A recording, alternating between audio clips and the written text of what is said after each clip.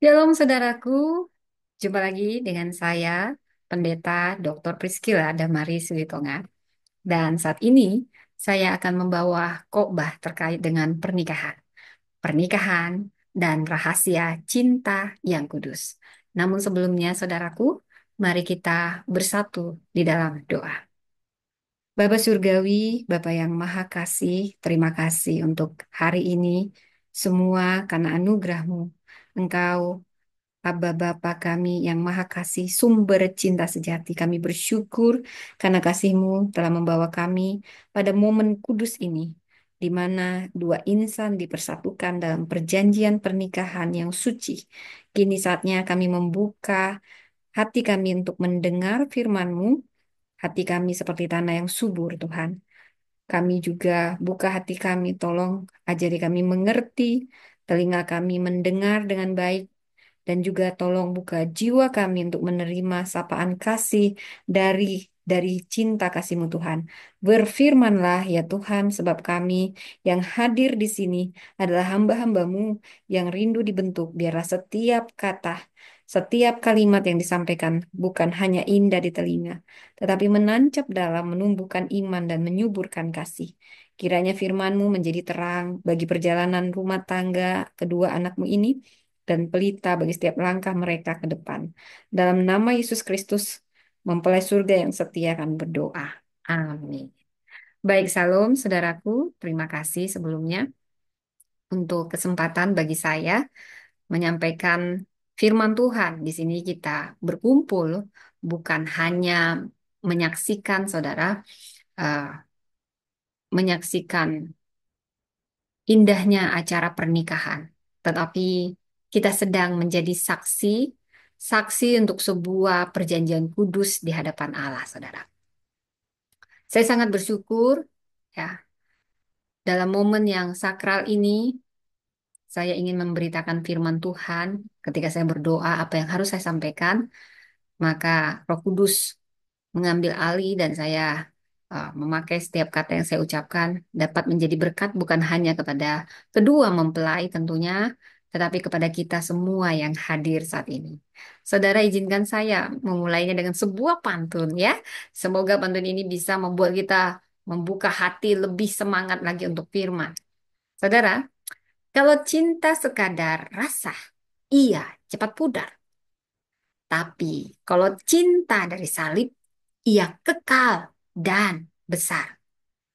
Hari ini bukan sekedar bersatu karena suka, tapi karena panggilan Tuhan yang membawa kita. Baik, saudaraku, saat ini saya akan membawakan firman Tuhan dari Efesus 5 ayat 22 sampai dengan 33, saudara, dengan tema satu pernikahan dan rahasia cinta yang kudus, saudara. Ya, mengapa saya sebut sebagai rahasia? Karena nanti bila kita membaca ya, saudara, dalam ayat 32 Rasul Paulus mengatakan rahasia ini besar, tetapi yang aku maksudkan ialah hubungan Kristus dan jemaat. Dengan kata lain, pernikahan bukan hanya soal dua orang atau yang jatuh cinta, tetapi mencerminkan sesuatu yang jauh lebih dalam hubungan Kristus dan gereja. Saudara, mari kita buka Alkitab kita dan mari kita hargai firman Tuhan dari Efesus 5 ayat 22 sampai 33. Saya selalu ingin kita mendengarkan firman ini dan saya ingin kita berespons ceria dengan penuh hormat iman timbul dari pendengaran-pendengaran akan firman Allah. Mari kita baca. Saya ayat yang ke-22 dan Bapak Ibu ayat yang selanjutnya. Demikian seterusnya. Efesus 5 ayat 22 sampai 33, kasih Kristus adalah dasar hidup suami istri. Hai istri, tunduklah kepada suamimu seperti kepada Tuhan. Karena suami adalah kepala istri, sama seperti Kristus adalah kepala jemaat. Dialah yang menyelamatkan tubuh. Karena itu sebagaimana jemaat tunduk kepada Kristus, demikian jugalah istri kepada suami dalam segala sesuatu. Hai suami, kasihilah istrimu sebagaimana Kristus telah mengasihi jemaat dan telah menyerahkan dirinya. baginya untuk menguduskannya sesudah ia menyucikannya dengan memandikannya dengan air dan firman, supaya dengan demikian ia menempatkan jemaat di hadapan dirinya dengan cemerlang, tanpa cacat atau kerut atau yang serupa itu, tetapi supaya jemaat kudus dan tidak bercelah. Demikian juga suami harus mengasihi istrinya, sama seperti tubuhnya sendiri. Siapa yang mengasihi istrinya, mengasihi dirinya sendiri. Sebab tidak pernah orang membenci tubuhnya, tetapi mengasuhnya dan merawatinya sama seperti Kristus terhadap jemaat, karena kita adalah anggota tubuhnya. Sebab itu, laki-laki akan meninggalkan ayahnya dan ibunya dan bersatu dengan istrinya, sehingga keduanya menjadi satu daging. Rahasia ini besar, tetapi yang aku maksudkan ialah hubungan Kristus dan jemaat. Bagaimanapun juga, bagi kamu masing-masing berlaku. Kasihilah istrimu seperti dirimu sendiri, dan istri hendaklah menghormati suaminya. Saudara, saya perlu menjelaskan dulu latar belakang dari konteks ini. Ini ditulis oleh Rasul Paulus. Sebenarnya ini menyatakan rencana keselamatan Allah dalam Kristus, bagaimana orang percaya hidup sebagai satu tubuh, yaitu jemaat yang bersumber dari dan bertumbuh dalam Kristus. Jadi tema utama kita adalah kesatuan tubuh Kristus. Adanya transformasi hidup orang percaya dan etika hidup baru dalam terang Injil. Bila kita tadi membaca dari pasal 1 ayat 3, secara struktur ini adalah doktrin dan identitas orang percaya dalam Kristus. Pasal 4 ayat 6, Efesus ini adalah etika dan tanggung jawab praktis. Namun saudara, kita berfokus pada Efesus 5:22. Ini bagian aplikatif bagaimana hidup dalam terang sebagai anak-anak Allah dan bagaimana dalam relasi berumah tangga. Saya perlu menekankan konteks budaya zaman Paulus ketika menulis surat ini dalam masyarakat Romawi dan Yahudi ini yang sangat patriarki begitu kuat. Wanita dianggap lebih rendah dari pria.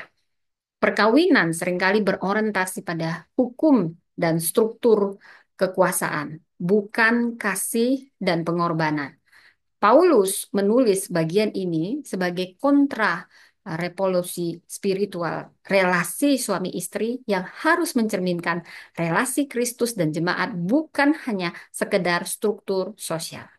Namun ada pesan teologis yang sangat dalam, di mana peran istri tunduk seperti kepada Tuhan. Ditekankan di ayat 22 sampai 24, tunduk bukan bentuk inferioritas, melainkan tanggapan aktif terhadap kasih yang memimpin.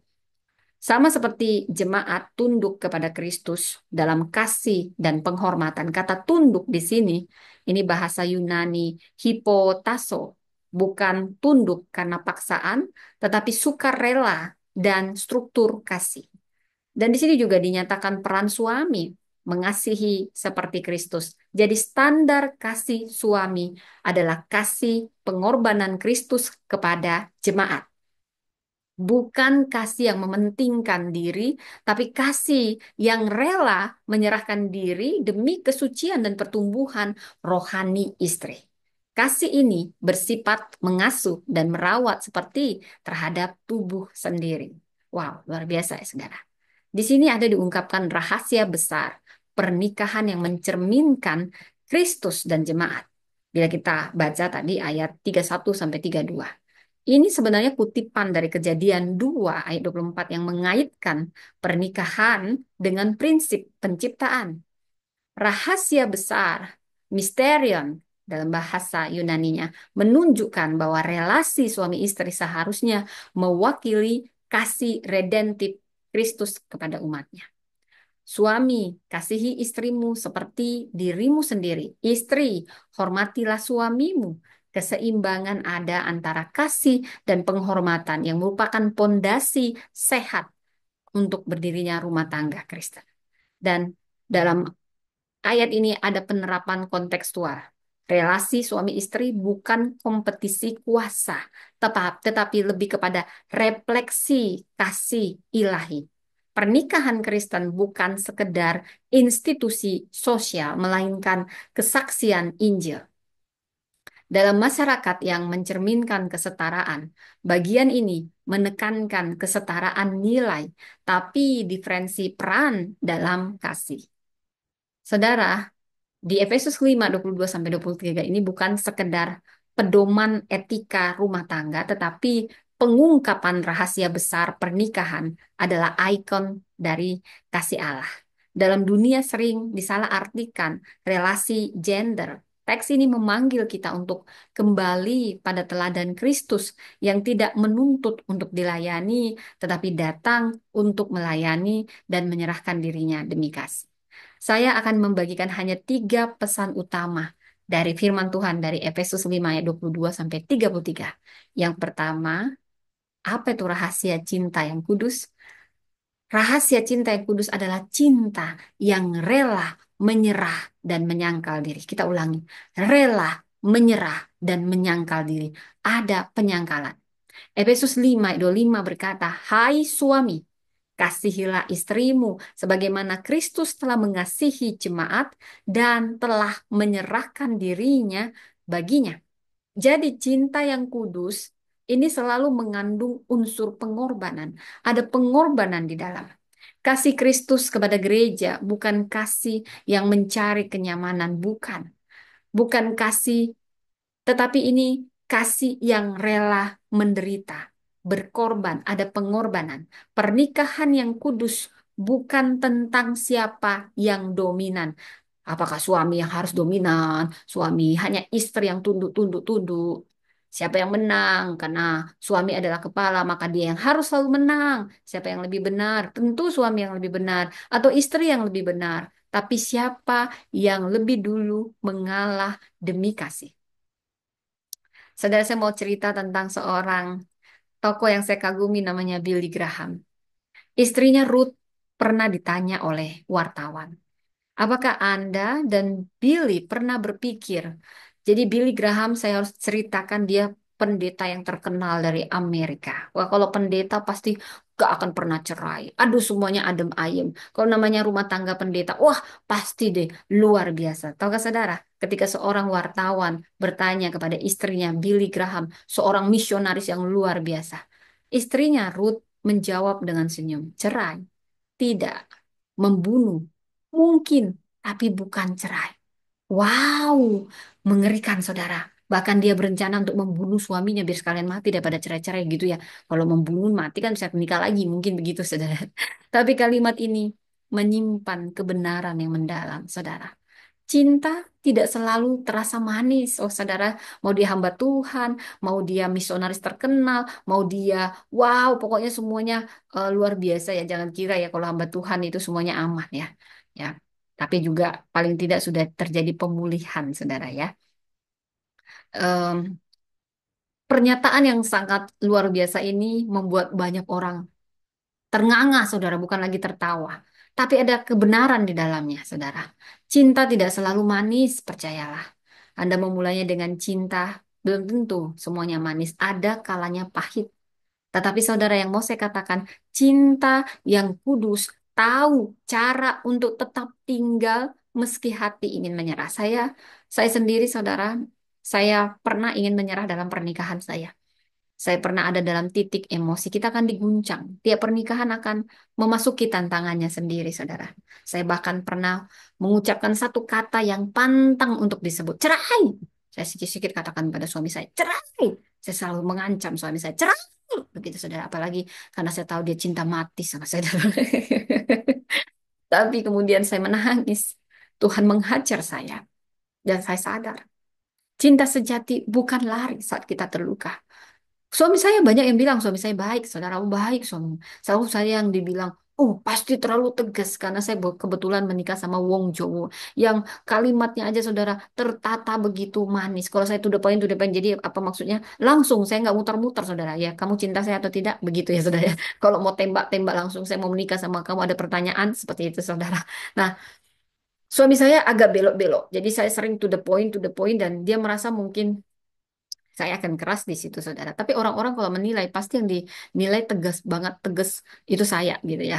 Tapi sebenarnya saya sendiri sudah males dengan suami saya ini. Kadang saya, gitu ya saudara ya. Lu nggak tahu aja ya gitu ya sebenarnya. Tapi cinta sejati bukan lari saat kita luka. Oh, saya pernah berkali-kali.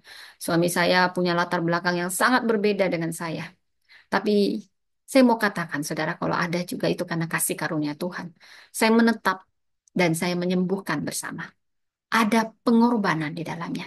Jadi bukan karena saya pendeta langsung saya tidak punya pergumulan. Wah, justru pergumulan rumah tangga pendeta yang saya mau katakan akan babak belur dulu. Bahkan sebelum saya memutuskan untuk menjadi hamba Tuhan. Wah, di situ pernikahan saya digoncang, saudara. Kita akan mengalami goncangan. Saya pikir suami saya cinta mati, tiba-tiba tidak ada angin, tidak ada hujan. Kita punya hal yang saya tidak bisa paparkan, saudara. Tetapi itu menguatkan pernikahan saya akhirnya dengan suami saya. Dan Tuhan mengajar saya banyak hal. Jadi satu hal yang mau saya katakan dari pengalaman saya. Cinta yang kudus tidak menuntut, tetapi menyerahkan. Ketika saya selalu merasa diri saya paling benar, dari segala sudut saya bilang mengumpulkan orang-orang, pasti saya yang benar. Tapi saya diajari banyak hal bahwa cinta sejati, cinta yang kudus tidak menuntut, tetapi menyerahkan. Itu banyak mengubah saya, saudara. Dan saudara, yang kedua ingin saya sampaikan, saudara. Cinta kudus adalah cinta yang menguduskan. Jadi rahasia cinta yang kudus adalah cinta yang menguduskan dan menumbuhkan. Apa maksudnya? Cinta yang menguduskan dan menumbuhkan. Kata kuncinya di ayat 26 sampai 27 yang menyatakan bahwa Kristus mengasihi jemaatnya bukan hanya agar diterima, tetapi supaya jemaat itu dikuduskan, dibersihkan oleh firman. Saudara, artinya cinta yang kudus tidak membiarkan pasangan tetap dalam kelemahannya, tetapi cinta itu akan mendorong, akan membentuk kita, akan menegur dengan kasih agar keduanya bertumbuh, saudara. Saya ingin mencoba agar kita paham ini apa itu cinta yang menguduskan dan menumbuhkan. Saudara, ada sebuah kisah tentang pasangan lansia yang sudah menikah 50 tahun. Ada di sini yang sudah menikah 50 tahun, saudara. Kasih tepuk tangan, saudara ya. Setiap pagi, saudara, sang suami selalu menyiapkan secangkir kopi untuk istrinya. Meski tangannya ya, kita kan semua akan tua ya saudara ya. Tua itu pasti. Dewasa pilihan katanya saudara ya. Tangannya udah mulai gemetar. Kalau 50 dia menikah usia 20 aja berarti dia udah 70. Ya mama saya 75 tahun by the way sekarang. Dia tetap sehat. Saya selalu berdoa. Awet muda, cantik luar dalam. Saya juga begitu. Awet muda ya. Ya ini cuman ya intermezzo ya saudara ya. Nah, terus setiap pagi sang suami selalu menyiapkan secangkir kopi untuk istrinya. Walau tangannya mulai gemetar ketika ditanya mengapa Anda tetap melakukannya. Ia menjawab karena setiap hari aku masih belajar mencintainya. Dan aku ingin dia tahu cinta ini terus bertumbuh. Wah, itu menangis saudara. Kalau Anda hanya main perasaan saudara, tubuh istri Anda yang cantik sekarang nanti bisa berubah setelah dia melahirkan. Wah, saya dulu lebih cantik lagi dari sini, saudara. Nah, tapi saya berdoa akan makin cantik lagi ke depan gitu ya, saudara. Pokoknya saya selalu cantik gitu ya, saudara. Cantik itu adalah doa gitu ya, saudara ya. Jadi, eh, ya boleh dong meminta ya, saudara ya. Jadi, eh, dia menjawab karena setiap hari dia belajar. Tetap belajar. Tidak ada kita yang tamat dengan pasangan kita. Kalau kita hanya melihat pasangan kita dari segi fisik, fisik akan menurun, saudara. Pernikahan bukan soal perasaan, karena perasaan akan berubah, tapi komitmen, saudara. Apapun yang terjadi dalam sakit, dalam sehat, kita tetap mencintai suami kita. Dan pernikahan bukan titik akhir cinta, melainkan awal perjalanan pertumbuhan. Jadi jangan hanya bangga sudah menikah, banggalah ketika Anda dan pasangan Anda semakin serupa dalam Kristus. Saudara, cinta sejati itu bukan bertahan dalam apa adanya. Cinta sejati justru akan bertumbuh sebagaimana seharusnya. Suami istri, besi menajamkan besi, saudara. Justru seiring waktu, saya didewasakan oleh suami saya, dan suami saya didewasakan oleh saya. Ketika kami saling memahami, belajar memahami, saudara ya.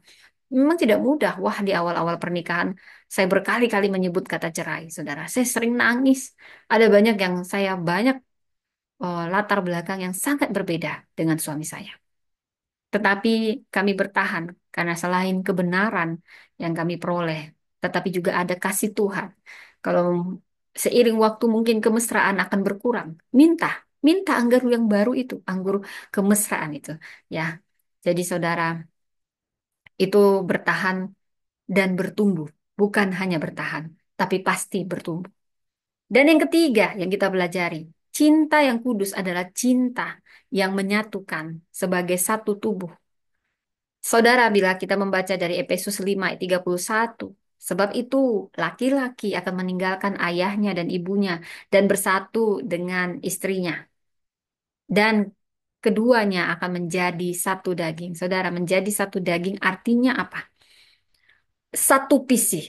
Satu visi dalam hati, dalam iman. Ini bukan sekedar berbagi rumah, bukan hanya satu rumah, satu ranjang. No, ini lebih tapi berbagi hidup, saling memahami dalam kelemahan. Saudara, saya ingat ada salah satu pasangan Kristen yang saya kagumi, Nick dan Kana Pujicik. Saudara, siapa yang nggak kenal motivator yang luar biasa ketika saya melihat dia dalam keadaannya, saya malu ketika saya mengeluh dengan keadaan saya, saudara. Ada yang lebih parah dan dia menginspirasi dunia, saudara. Dan dia dapat karunia, dia dapat istri yang cantik, dia tidak punya tangan, tidak punya kaki, saudara. Tapi kan dia melihat sesuatu yang dunia tidak lihat pada pria ini, saudara. Dia melihat hati Nick, bukan keterbatasannya. Saudara, saat ini siapapun Anda yang akan menjadi suami istri atau yang saat ini telah lama mungkin sudah hambar, sudah mulai kering, minta kembali kemesraan itu kepada Tuhan. Minta. Dan tahukah Anda, pasangan ini tidak melihat dari keterbatasan. Kalau si istri hanya melihat kondisi fisik, mata pernikahan itu sudah berakhir dari dulu, saudara. Tapi mereka makin menyalah karena mereka melihat hati, saling hati bukan keterbatasan masing-masing. Dan bahkan saat ini mereka melayani Tuhan bersama-sama.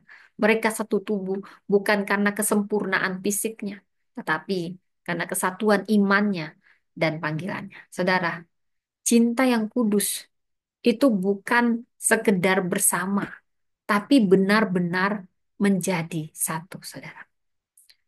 Jadi, bagaimana supaya kita bisa menjaga cinta yang kudus? Di mana itu cinta yang pertama tadi saya katakan, saudara, cinta yang kudus rahasianya adalah rela, menyerah.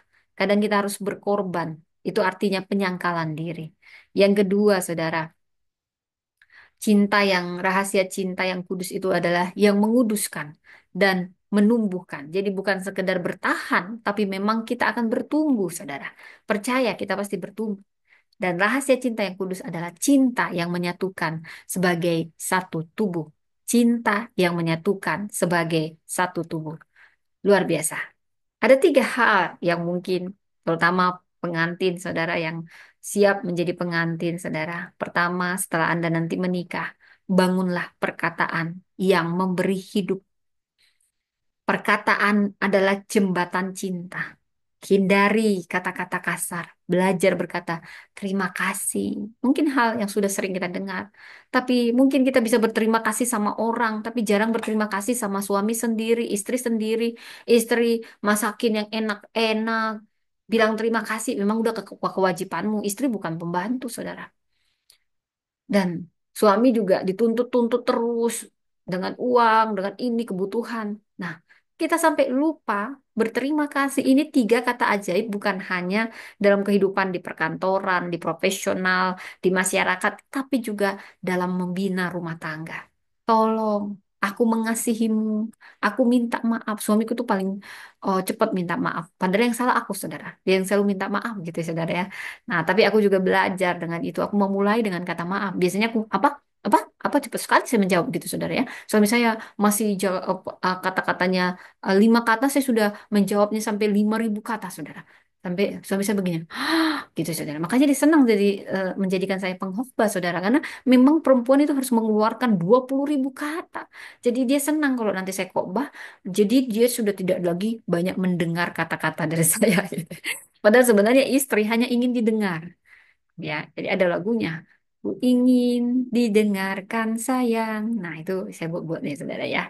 Jadi kata-kata yang sederhana. Terima kasih mama, terima kasih papa. Tolong mama, tolong sayang. Aku mengasihimu. I love you. Aku minta maaf. Kalau salah minta maaf. Jangan sama istri orang Anda minta maaf. Sama suami orang Anda minta maaf. Anda berterima kasih. Padahal cuma dibantu dikit. Sama suami sendiri nggak pernah berterima kasih. Ya, gitu saudara ya. Yang kedua, doakan pasangan. Doa apa-apa doa.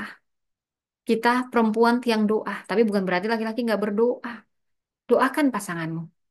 Suami mendoakan istri, istri mendoakan suami. Jangan tunggu masalah datang baru berdoa. Ada mesbah keluarga, bangun mesbah keluarga. Ada doa pribadi. Cinta yang kudus itu bertumbuh dari altar doa, saudara. Bahkan doa sederhana seperti Tuhan, jagai hatinya hari ini, saudara. Nanti sebulan ya itu masih madu semuanya saudara. Tapi lewat dari sebulan baru ketahuan semuanya saudara ya. Ya banyak menangis awalnya saudara ya. Tapi kita berdoa untuk suami kita. Ya, berdoa untuk istrimu. Karena seiring waktu ada akan banyak hal saudara. Tantangan dalam kehidupan. Saya bukan nggak ngalami saudara. Saya ngalami ya. Guncangan, perselingkuhan saudara. Ini kita harus senantiasa berdoa. Ya, saudara, berdoa buat pasangan kita terutama, saudara. Ya, agar senantiasa Tuhan menjagai pasangan kita dimanapun berada. Menjagai juga hatinya. Dan yang ketiga, mari kita beri ruang untuk bertumbuh. Bukan menuntut sempurna. Ruang untuk bertumbuh. Bukan menuntut sempurna.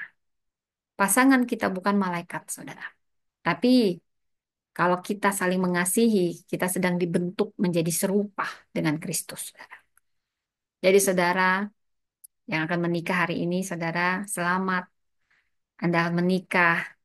Mungkin madunya hanya 1 bulan, saudara ya, itu kata orang. Tapi saya berdoa, madunya setiap bulan, setiap saat. Tidak ada yang mustahil. Kuncinya yaitu supaya tetap ada madunya yang tadi. Menyatukan sebagai satu tubuh. Kita satu tubuh. Cinta yang menguduskan dan menumbuhkan. Bertumbuh, saudara. Rela dan menyangkal. Saya yakin kalau ini ada. Maka madu yang akan selalu kita rasakan manisnya, saudara ya. Tapi obat itu juga pahit biasanya, tapi menyembuhkan ya. Dinamika itu percayalah, kalau kita berespon benar itu mendewasakan. Jadi kalau Tuhan yang jadi pusatnya, saudara, manisnya bisa seumur hidup. Sampai bilang itu kan kata orang, madunya cuma 1 bulan. No, madunya akan bisa terus kalau kita terus menjaga rahasia cinta yang kudus ini. Hari ini kita bukan hanya mengikat janji di hadapan manusia, terutama yang saat ini akan melangsungkan pernikahan, tapi di hadapan Tuhan. Dan Dia yang memulai pasti akan memelihara. Rahasia ini besar dan rahasia itu dipercayakan kepada kalian. Jalani dengan kasih yang menyerah dan yang menumbuhkan dan yang menyatukan. Mari kita berdoa. Bapa yang Maha Kudus, terima kasih untuk firman-Mu yang telah kami dengar. Firman yang hidup dan bekerja, menembus hati, mengajarkan kami tentang kasih yang menyerah, menumbuhkan dan menyatukan. Kami serahkan kedua mempelai yang hari ini telah Kau satukan ke dalam tangan-Mu yang penuh kasih dan kuasa. Pimpin mereka menjadi suami istri yang saling melayani, bukan karena merasa cukup, tetapi karena cinta yang bersumber dari salib. Ajarlah mereka saling mencintai dengan sabar, mengampuni dengan tulus, berdoa dengan setia, dan bertumbuh bersama dalam kasih yang tidak berkesudahan. Biarlah rumah tangga ini menjadi cermin kemuliaan, tempat kasih Kristus dibagikan, dan bagi kami semua yang hadir, ingatkanlah kembali akan panggilan hidup kami untuk mengasihi dengan caramu. Dalam nama Yesus kami bersyukur dan kami memohon. Amin. Demikian firman Tuhan yang berjudul Pernikahan dan Rahasia Cinta yang Kudus. Tuhan memberkati.